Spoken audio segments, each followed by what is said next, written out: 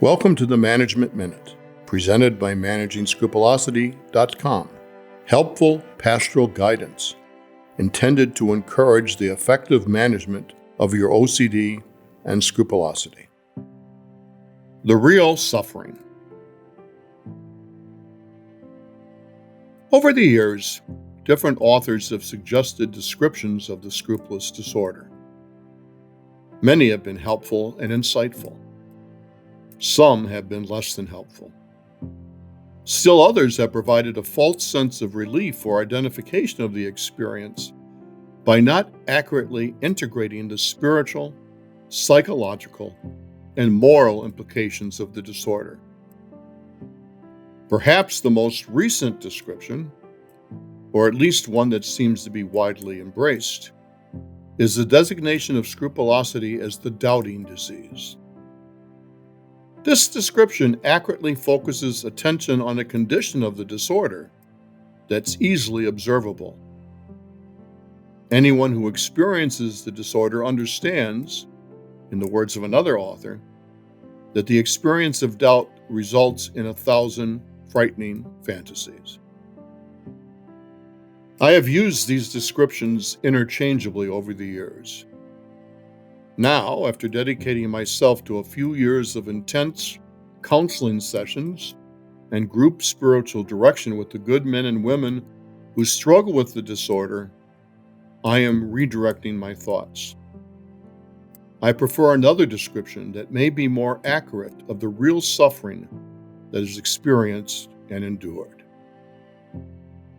At the core of the scrupulous experience, each person who suffers with the disorder endures seemingly unending questions, repetitive behaviors, compulsive rituals, shame, guilt, and persistent anxiety. All of these are symptomatic of the disorder. It needs to be understood that shame, guilt, and persistent anxiety are not falsely imagined. The feelings are truly experienced, and the repercussions are real. The real suffering of the scrupulous disorder is the inability to trust the authenticity of individual feelings, emotions, and sensibilities. It is a profound loss of the true self. The inability to routinely trust the feelings associated with a particular action demonstrates a real threat. The all-encompassing scrupulous experience deprives a person of the ability to trust that their feelings are informative. Scrupulosity disassociates a person, disconnects them from the experience of authentic and meaningful anxiety, fear, or shame as a useful tool for awareness and understanding. The feelings generated by the disorder cannot be trusted. What should be a useful resource for reflective living and awareness becomes an obstacle to healthy living. In other words, whatever the feelings might be, and the reality of the experience of the feeling, the interpretation of why the feeling is generated is not trustworthy. A person without scrupulosity, when they feel guilt and shame or fear, they can usually trust that their feelings being generated is the result of an authentic experience that produces the feeling. A scrupulous person is deprived of the assumption of authenticity. In fact, the feeling generated is real, but the interpretation of what is being felt cannot be trusted. This is the cruel suffering that the disorder generates. The disorder deprives a person of a tool that is an essential part of their humanity, that normally helps a person navigate growth, maturity, and life, and turns it upside down. The questions and the doubts generated through this experience are completely understandable. How else can a person know what is authentic and what is not, when the compass for deciding is malfunctioning? In a very real sense, asking the question or seeking reassurance should be expected. It's not just a symptom, but rather a cry for help. The desire to be reconnected again with the ability to trust.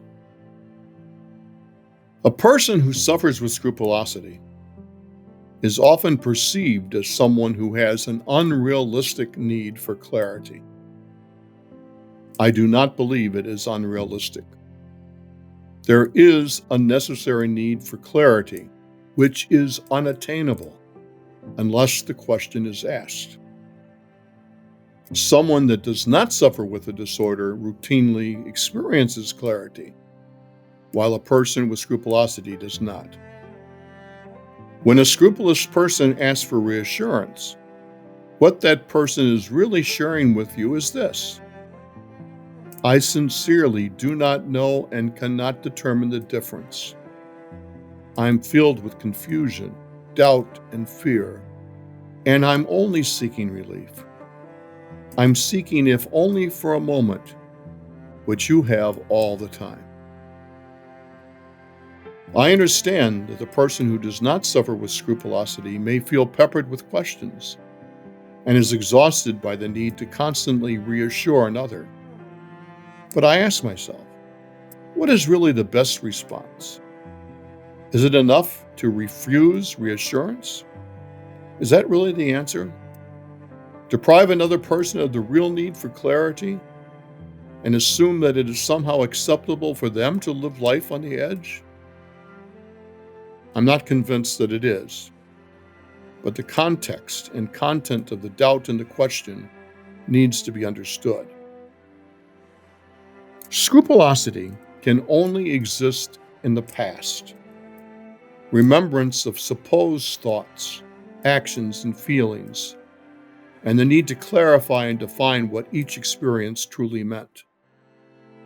If not in the past, then in the future, determining the ramifications and consequences of each thought, word, or action that's remembered and dissected. The result of all this emotional energy is always catastrophe, the worst possible consequence. It should also be noted that scrupulosity cannot exist in the present moment. It feeds on the past and on the future, but is effectively denied any energy or nourishment in the present moment.